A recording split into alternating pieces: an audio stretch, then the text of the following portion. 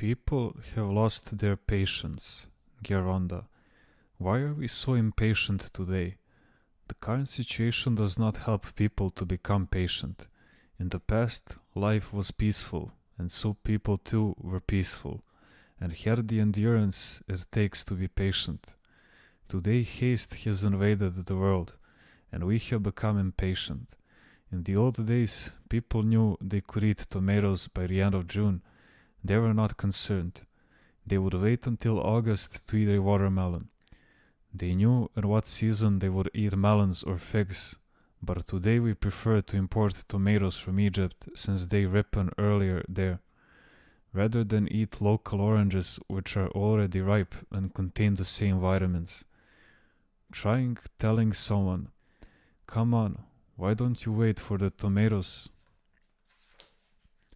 to ripen and find something else to eat now?" But no, he'd rather eat tomatoes from Egypt.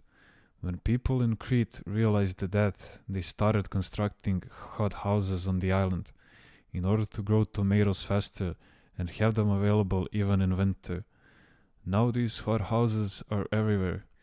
We will do anything to grow all kinds of foods and have them available throughout the year, so that people won't have to wait.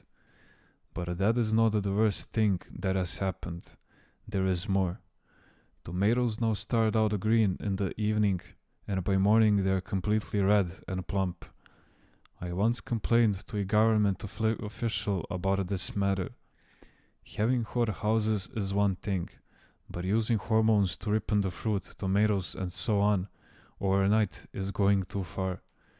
People who are hormone sensitive will be harmed. They have harmed the animals too, chickens, cattle, they are all affected.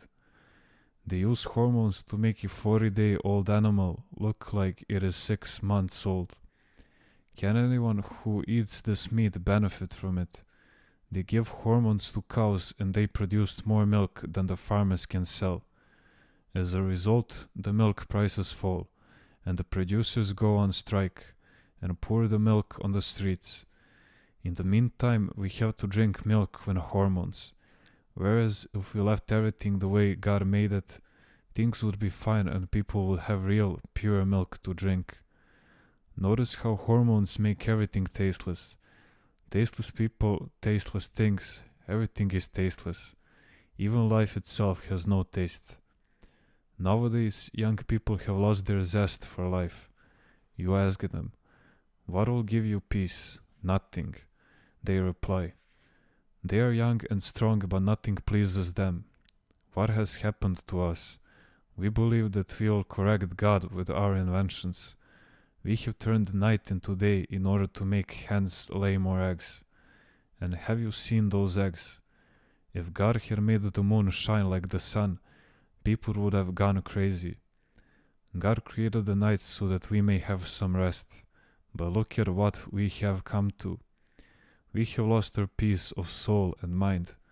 The hot houses and the use of hormones in fruits and vegetables and in animals have made people impatient. In the old days, we knew that we could reach a certain place on foot in a certain amount of time. Those with stronger legs would get there a bit sooner. Later, we invented carriages, then cars, aeroplanes, and so on. We try constantly to discover faster and faster means of transportation. There is even an aeroplane which covers the distance between France and America in 3 hours. But when someone goes from one climate to another with such great speed, it's not good for him. Even the sudden change of time itself can be confusing. Rush here, rush there, we will end up in a rocket. One press of a button and it will be launched in space. And then it will burst open, and the madman will emerge. Where are we going? Straight to the madhouse.